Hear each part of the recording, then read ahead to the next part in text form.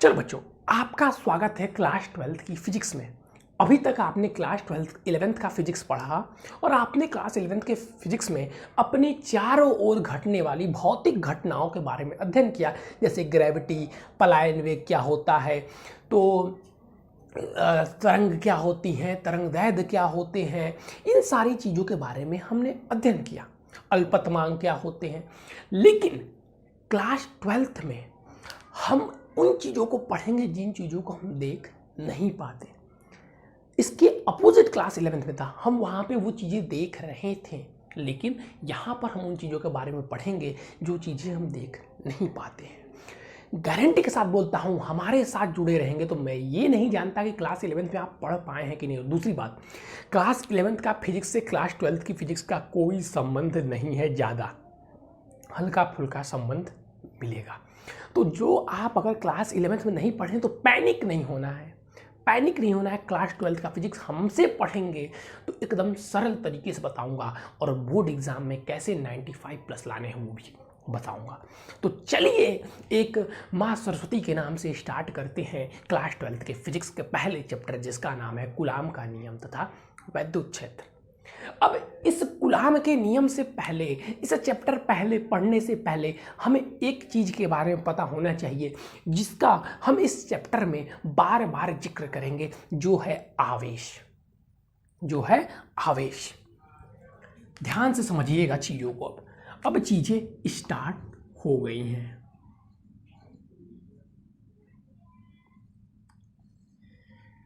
अगर हम पीछे कक्षाओं में चले जाएं, 6th 7th 8th, हमने 8th में आते आते ये पढ़ा, 9th में आते आते हमें ये मालूम हो गया था कि कोई भी पदार्थ एटम से मिलकर बना होता है, यानी कि परमाणु से मिलकर बना होता है। और किसी भी पदार्थ कौन से किससे मिलकर बना होता है? परमाणु से मिलकर बना होता है। और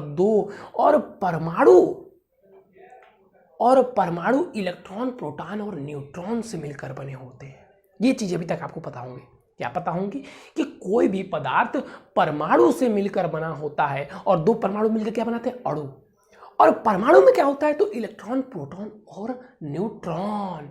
इलेक्ट्रॉन, प्रोटॉन और न्यूट्रॉन, यानी कि अगर ये मार्कर भी है तो ये भी परमाणु से मिलकर बना हुआ है, यानी कि इसमें भी क्या है? इलेक्ट्रॉन है, प्रोटॉन है, न्यूट्रॉन है। और उसी इलेक्ट्रॉन, प्रोटॉन, न्यूट्रॉन को ई, पी और एन से हम रिप्रेजेंट करते हैं।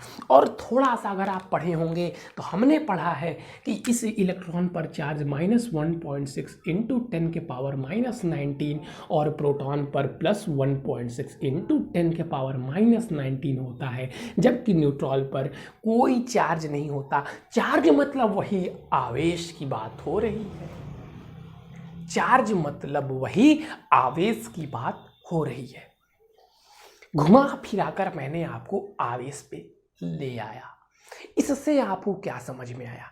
ये ब्लैक बोर्ड है, इसमें भी परमाणु से मिलकर बना हुआ है, मतलब इसमें भी आवेश है। ये मार्कर है, ये भी परमाणु से मिलकर बना हुआ है, इसमें भी आवेश है। ये दूसरा मार्कर है, ये भी परमाणु से मिलकर बना हुआ है, इसमें भी आवेश है। ये बुक है, ये भी परमाणु से मिलकर बना हुआ है, इसमें भी आवेश है। यानी कि हमारे चारों ओर ये शर्ट है, ये भी परमाणु से मिलकर बना हुआ है, इसमें भी आवेश है। यानी कि हमारे चारों ओर आवेश ही आवेश है।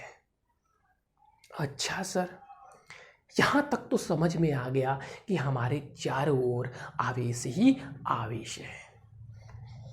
अब जब इलेक्ट्रॉन आवेश है तब आवेश को हम परिभाषित सर कैसे करें? प्रोटॉन भी तो आवेश है, तो आवेश की एक परिभाषा जरा हमें बता दीजिए जिससे हम आवेश को आसानी से परिभाषित कर सकें। तो मैंने बोला रुको जरा वो भी बता देते हैं। सबसे पहले थोड़ा सा अगर हिस्ट्री लिखना चाहें, जरूरत नहीं है, तो आवेश की खोज 600 ईसा पूर्व हुई थी।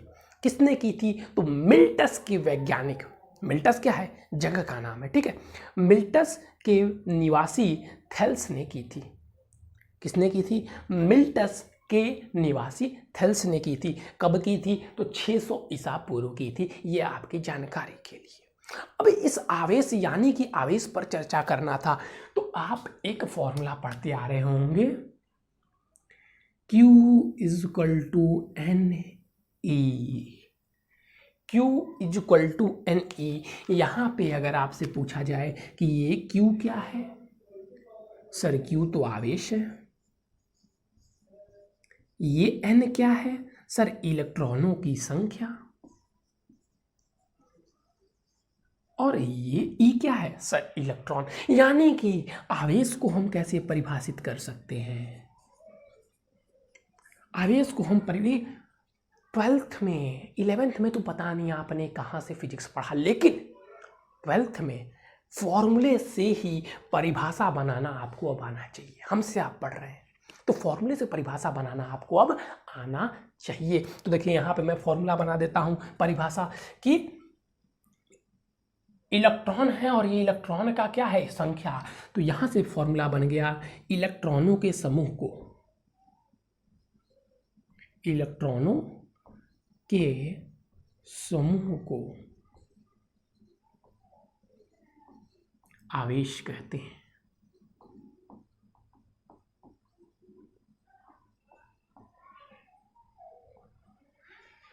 अब मुझसे एक बच्चे ने पूछा, सर ये बताइए कि एक इलेक्ट्रॉन को आवेश बोलेंगे कि नहीं। मैंने बोला बोलेंगे। तब आपने ये क्यों लिखा कि इलेक्ट्रॉनों के समूह को आवेश कहते हैं।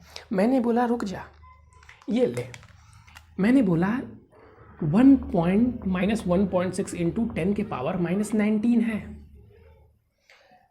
इसको तो क्या बोलेगा। सर जी बोला ये तो एक इलेक्ट्रॉन पर आवेश है। तो मैंने बोला इलेक्ट्रॉन का नाम क्यों लिया, बोली से आवेश। तो बोल रहा नहीं सर इलेक्ट्रॉन तो अभी तक, देखिए इससे भी छोटा आवेश अभी तक खोजा गया है, इससे भी छोटा आवेश खोजा गया है, लेकिन अभी वो हम पढ़ते नहीं हैं। आगे आप BSc, MSc या PhD जैसी चीज़ें करेंगे फिजिक्स से तो आप उसके बारे में भी पढ़ेंगे, लेकिन अभी इलेक्ट्रॉन हमारा सबसे छोटा आवेश की इकाई है। इसको भी पॉइंट बना के लिख लीजिएगा। एक बहुविकल्पीय प्रश्न आपको यहाँ पे मिल गया कि आवेश की सबसे छोटी इकाई, आवेश की सबसे छोटी इकाई इलेक्ट्रॉन है।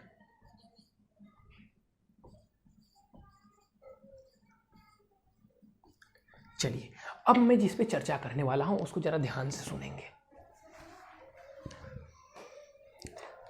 ये भैया एक मार्कर परमाणु से मिलके बना, ये भी एक मार्कर, ये भी परमाणु से मिलके बना। दोनों मार्कर परमाणु से ही मिलके बने हुए हैं। सबने बोला ठीक, मैंने बोला ठीक।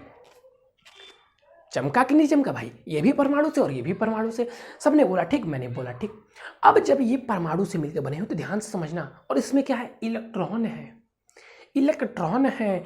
अब जैसे मैं एक परमाणु ले लेता हूँ सोडियम Na, तो उसका अगर इलेक्ट्रॉनिक कॉन्फ़िगरेशन करेंगे तो बाहरी कक्षा में एक इलेक्ट्रॉन आता है। आता है कि नहीं आता है, आता है सर। तो सुनो ध्यान से, अब परमाणु के भी अंदर क्या हो गया, इलेक्ट्रॉन हो गया। तो मेन कण सबसे छोटा क्या, इलेक्ट्रॉन ही है। प्रोटॉन, तो प्रोटॉन की चर्चा इसलिए नहीं होती है, थोड़ी सी मैं आपको अब यहाँ पे फिगर समझाऊंगा। जैसे मैंने यहाँ पे ले लिया सोडियम। आप अभी तक क्या पढ़े हैं क्या नहीं मुझे नहीं मतलब, ऐसा पढ़ाऊंगा कुछ नहीं भी आता है सब आ जाएगा। Sodium atomic number 11, electronic configuration करेंगे तो ये पहले 2, ठीक है, इसको इरेज कर देता हूं।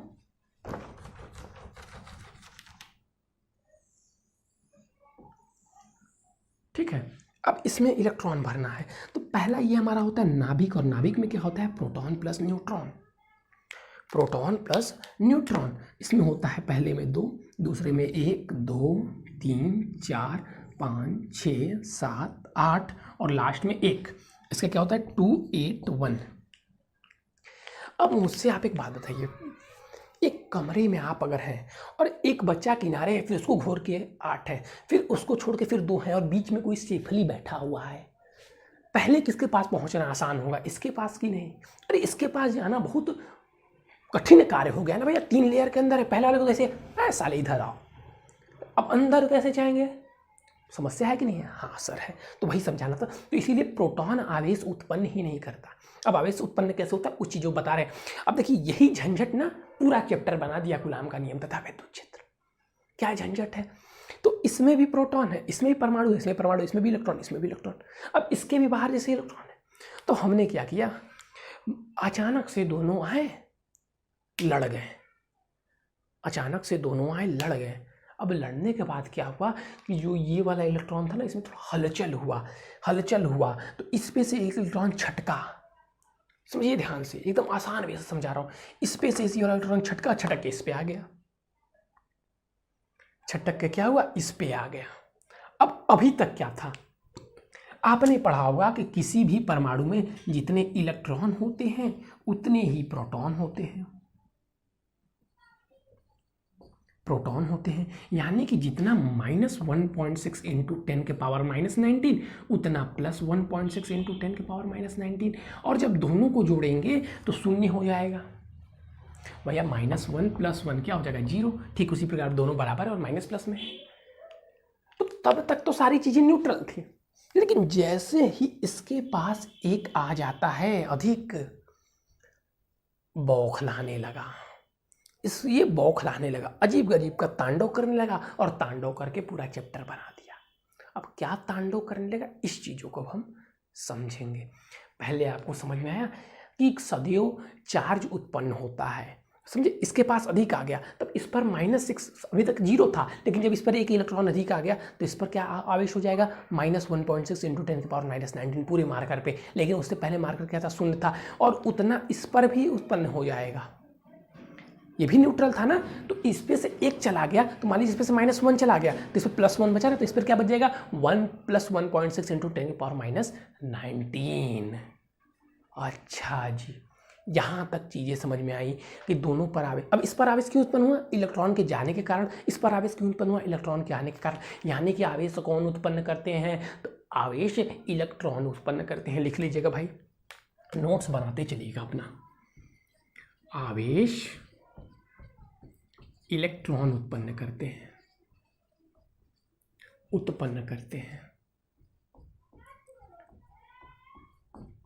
चलिए अब इसका जल्दी से स्क्रीनशॉट लीजिए, हम बढ़ेंगे आगे। 12th की फिजिक्स आप पढ़ रहे हैं, 1 2 की नहीं, ठीक है। इसीलिए डीपली आपको पढ़ना होगा। डीपली नहीं पढ़ेंगे क्वेश्चन सॉल्व नहीं होंगे, डीपली नहीं पढ़ेंगे क्वेश्चन सॉल्व नहीं होंगे। यहाँ तक सारी बातें समझ में जिसको आ गई, आगे भी उनको चीज़ें समझ में आती रहेंगी। कोई भी डाउट है व्हाट्सअप कर दीजिए या कमेंट में मैसेज कर दीजिए, व्हाट्सअप नंबर डिस्क्रिप्शन में दिया होगा। अच्छा, अब ध्यान दें, अब फिर आवेश में लिखता हूँ, और पीछे वाले डिस्कशन से हमें 2 बातें पता चली।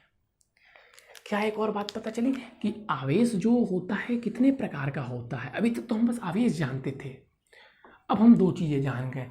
एक, इस पर धन प्लस चार्ज उत्पन्न हो जाता है धनात्मक, और इस पर ऋणात्मक। तो ये एक होता है धनात्मक आवेश,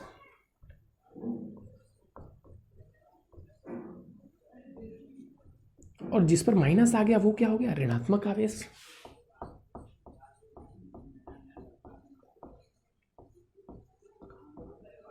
समझ में आ रहा है, जिस पर ऋण आया वो ऋणात्मक आवेश, और जिस पर धन आया वो धनात्मक आवेश। इसका एग्जाम्पल प्रोटॉन और इसका एग्जाम्पल इलेक्ट्रॉन, ठीक है।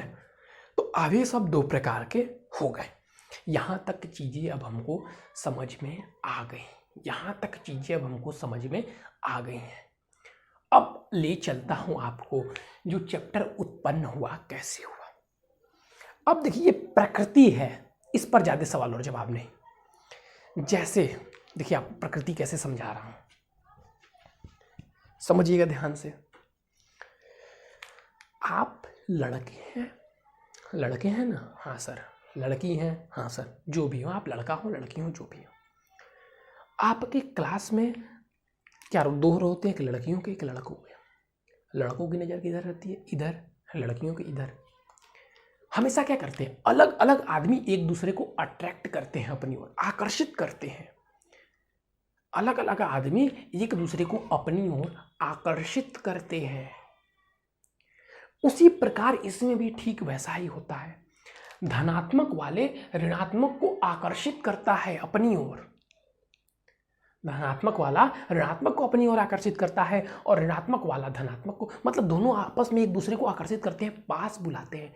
जबकि इसके ठीक विपरीत, गर्मी का दिन है, पसीना हो रहा है, बगल में आपको कोई लड़का बैठा हुआ है, लड़की बैठी हो, क्या बोलेंगे, पास आओ। लड़का बैठा हुआ है, अबे दूर हट भाई, गर्मी हो रही है। सेम लड़कियों कंडीशन में भी ऐसा ही होता है। एग्जाम्पल दे रहा हूँ, बुरा मत मानिएगा। तो इसका कोई और मीनिंग मत निकालिएगा, आप ये चीज़ें से ध्यान से समझ जाएंगे, इसलिए देना पड़ता है। तो ठीक इसी प्रकार जब दो प्रोटॉन पास में रहते हैं तो ये दूसरे को प्रतिकर्षित करते हैं, हटो यहाँ से भाई। प्रतिकर्षण मतलब हटाना, एक दूसरे को दूर हटाना। तो ये दो प्रोटॉन जब आते हैं, ध्यान, दो धनात्मक आवेश आते हैं तो कहते हैं हटो। उसी प्रकार दो ऋणात्मक भी आते हैं तो क्या बोलते हैं, हटो। लेकिन अलग अलग आते हैं तो बोलते हैं आओ, हटो मत, सटो, यानी कि आकर्षण। तो यहाँ से दो बातें क्या समझ में आई, यहाँ से दो बातें हमें क्या समझ में आई, ये धनात्मक कर दीजिए इसका साइन और इसका ऋणात्मक। यहाँ से हमें समझ में आई कि विपरीत आवेश, विपरीत आवेश एक दूसरे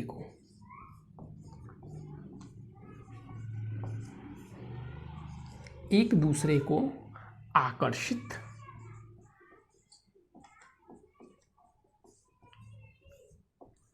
करते हैं। ठीक है, यानी कि आकर्षण किनके बीच होगा, या तो प्लस माइनस के बीच या माइनस प्लस के बीच। दोनों स्थिति में क्या होगा, आकर्षण होगा। तब प्रतिकर्षण कब होगा, समान आवेश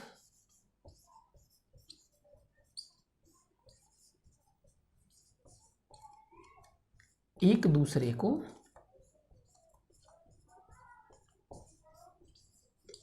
प्रतिकर्षित करते हैं।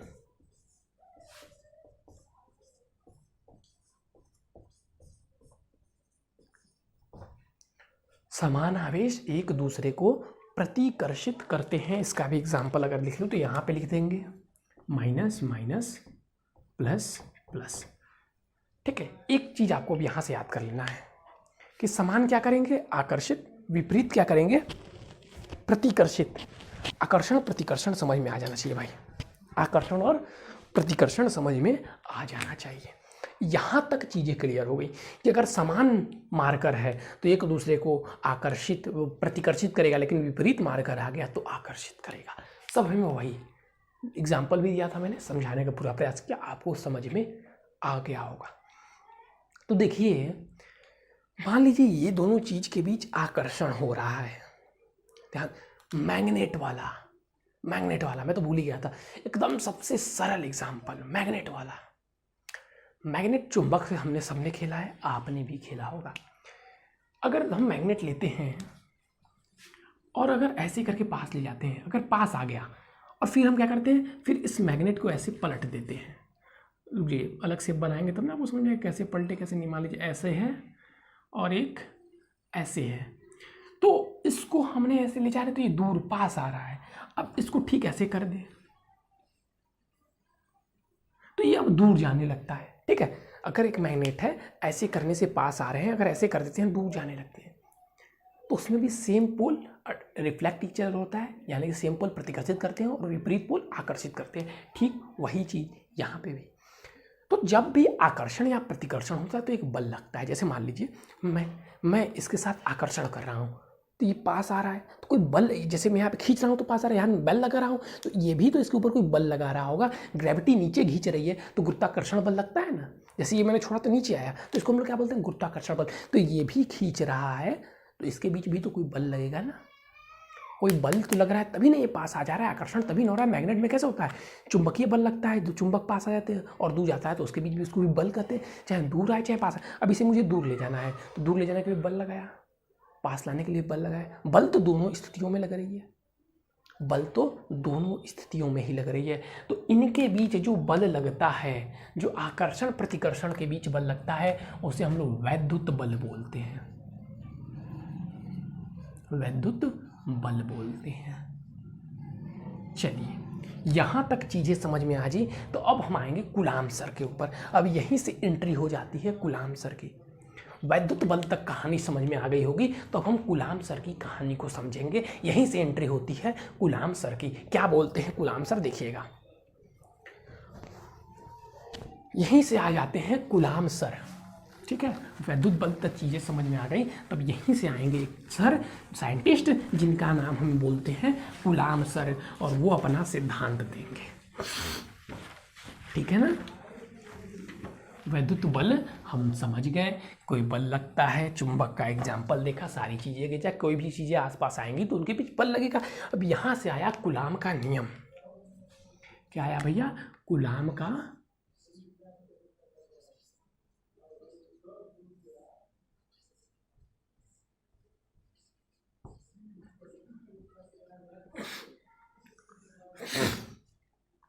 इनसे पहले जो साइंटिस्ट थे, जैसे हम बता रहे हैं, वो भी बताते थे कि भाई इनके बीच जब आसपास आ रहे हैं तो कोई ना कोई बल लगेगा। जैसे कि मैंने आपको एग्जांपल दिया, आसपास आ रहा है कोई ना कोई बल लगेगा, तो सब तो बता रहे थे कि कोई ना कोई बल लगेगा, कोई ना कोई बल लगेगा, कोई ना कोई बल लगेगा।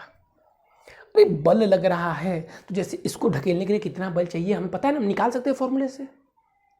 तो उसी प्रकार कितना बल लग रहा है कौन बताएगा भाई, बल तो लग रहा है, कितना लग रहा है, छोटा लगेगा तो उसमें कम लगेगा, ज़्यादा रहेंगे तो उसमें अधिक लगेगा। तो ये कम कब लग रहा है, कब ज़्यादा लग रहा है, कितना लग रहा है, कैसे हम पता करेंगे, एग्जैक्ट क्वांटिटी कैसे पता करेंगे। तो इन्होंने बोला अरे बेवकूफ़ो, हम है ना, हम बताएंगे। कूलाम सर ने बोला हम बताएंगे, और इन्होंने बताया भी। ये नहीं बोला था उन्होंने अरे बेवकूफ़ो हम बताएंगे, मतलब इन्होंने रिसर्च करके बताया। ठीक है, तो इन्होंने उसकी वैल्यू बताई, कैसे लगेगा, कितना लगेगा, सारी चीज़ों को फंडामेंटल करके रख दिया, लिख पोत के रख दिया। जैसे हमारे प्राचीन ग्रंथों में बहुत सारी चीज़ें दी हुई थी जिन्हें आज हम साइंटिफिकली पढ़ रहे हैं और उसे लिख रहे हैं तो उसे सत्य मान रहे हैं, लेकिन वहाँ पे उसको सत्य नहीं मान रहे थे, तो इन्होंने उसी को सत्य मनवाया, कितना लग रहा है, पूरी एग्जैक्ट क्वांटिटी दे दी। चलिए, तो कूलाम का नियम के नाम से इसे जाना गया, उसी वैद्युत बल को ही इन्होंने बताया। तो देखिए, जैसे यहाँ पे दो मार्कर थे, मैंने यहाँ पे दो चार्ज ले लिया, Q, आवेश को Q से रिप्रेजेंट करते हैं, तो इसको ले लिया Q1 और इसको ले लिया Q2। ठीक है, इसको ले लिया Q1 और इसको ले लिया Q2, और ये मान लीजिए कुछ दूरी पर होंगे, मान लीजिए ये R दूरी पर है। ठीक है, ये R दूरी पर है, तो इन्होंने बताया कि ये मान लीजिए प्लस है या माइनस है, कोई भी चार्ज है उससे मतलब नहीं है। अगर प्लस प्लस होंगे प्रतिकर्षण, माइनस माइनस होंगे प्रतिकर्षण, माइनस प्लस होंगे आकर्षण। ठीक है, तो इन्होंने बताया, इन्होंने क्या बताया, इन्होंने बताया कि इन दोनों के बीच जो बल लगेगा, चाहे आकर्षण बल लगे या प्रतिकर्षण बल लगे, जो भी बल लगेगा F, वो इन दोनों आवेशों के परिमाण के, यानी कि जो इनकी क्वांटिटी होगी, मान लीजिए जो आवेश है, जैसे इलेक्ट्रॉन पे था -1.6 × 10⁻⁹, तो मान लीजिए 6 है। अच्छा, आवेश का मात्रक याद कर लीजिए कूलाम होता है, यहाँ पे लिख देता हूँ, आवेश का मात्रक, वहीं पे मुझे बताना चाहिए था, भूल गया, मात्रक कूलाम होता है, उसे C से रिप्रेजेंट करते हैं। ठीक है, तो मान लीजिए ये 6 कूलाम है, ये 12 कूलाम है, तो 12 क्या हो गया परिमाण, 6 क्या हो गया परिमाण। परिमाण दिशा आप पढ़ के आए हैं वेक्टर वाले में। ठीक है, तो मतलब जो उसकी वैल्यू है उसी को परिमाण बोलते हैं। तो इन्होंने बताया कि जो ये बल लगेगा, ये दोनों Q1 और Q2 के परिमाण के डायरेक्टली प्रोपोर्शनल होगा, यानी मान के डायरेक्टली प्रोपोर्शनल होगा, अनुक्रमानुपाती होगा। और इन्होंने बताया जो इनके बीच की कुछ दूरी है उसके ये वर्ग के वृत्तकुमानुपाती होगा, उसके ये वर्ग के वृत्तकुमानुपाती होगा। यही इन्होंने दे दिया नियम, इसी को बोला गया कूलाम का नियम। इसी को क्या बोला गया, इसी को बोला गया कूलाम का नियम। अब इसी नियम को मैं लिखूंगा, ध्यान दीजिएगा, इसी नियम को मैं लिखूंगा और अभी परिभाषित भी करूंगा। यहां तक आपने चीजें लिख लिया, तो इसको फिर हम क्या लिख सकते हैं, F = Q1 Q2 और इसको रख दिया नीचे। अब आप अगर किसी भी मास्टर से पढ़ के आए होंगे तो उन्होंने एक चीज़ बताया होगा, जब भी इन्वर्सली प्रोपोर्शनल हटाते हैं, जब भी इस प्रोपोर्शनल को हटाते हैं तो कोई कांस्टेंट आता है, तो यहाँ पे हमने कांस्टेंट K मान लिया, R², यहाँ पे K क्या है, कांस्टेंट। ठीक है, इतनी सारी चीज़ें मैंने क्लियर तरीके से आपको समझा दी हैं और मैं उम्मीद करता हूं कि आपको समझ में भी आई होंगे। कुछ बच्चे कह रहे सर दिखाई नहीं दे रहा है, दिखाई नहीं दे रहा है, तो मैं भी फॉर्मूला यहां पे लिख देता हूं, Q1 Q2 आर स्क्वायर के कांस्टेंट है, ठीक है। उतना परेशान हो, इधर देखो। तो इसका नियम को लिखते कैसे हैं, ये आता है, ये 2 नंबर का प्रतिवर्ष आता है। इंपॉर्टेंट भी लगा दीजिएगा, इंपॉर्टेंट है, 2 नंबर प्रतिवर्ष। नोट्स जहाँ पे बनाते चल रहे हैं उसको रेड पेन ले लीजिए, उसको स्टार बनाते चलिएगा। चलिए भाई लिखते हैं इसकी कूलाम का नियम। तो कूलाम के नियम के अनुसार, कूलाम के नियम के अनुसार पहले लिखेंगे, कूलाम के नियम के अनुसार किन्हीं 2 आवेशों के बीच, किन्हीं 2 आवेशों के बीच लगने वाला आकर्षण तथा प्रतिकर्षण बल, कोई भी बल लग सकता है, आकर्षण तथा प्रतिकर्षण बल समान होगा तो प्रतिकर्षण, विपरीत होगा तो आकर्षण। कूलाम के नियम के अनुसार 2 आवेशों के बीच लगने वाला आकर्षण तथा अथवा प्रतिकर्षण बल, तथा नहीं अथवा प्रतिकर्षण बल उन आवेशों के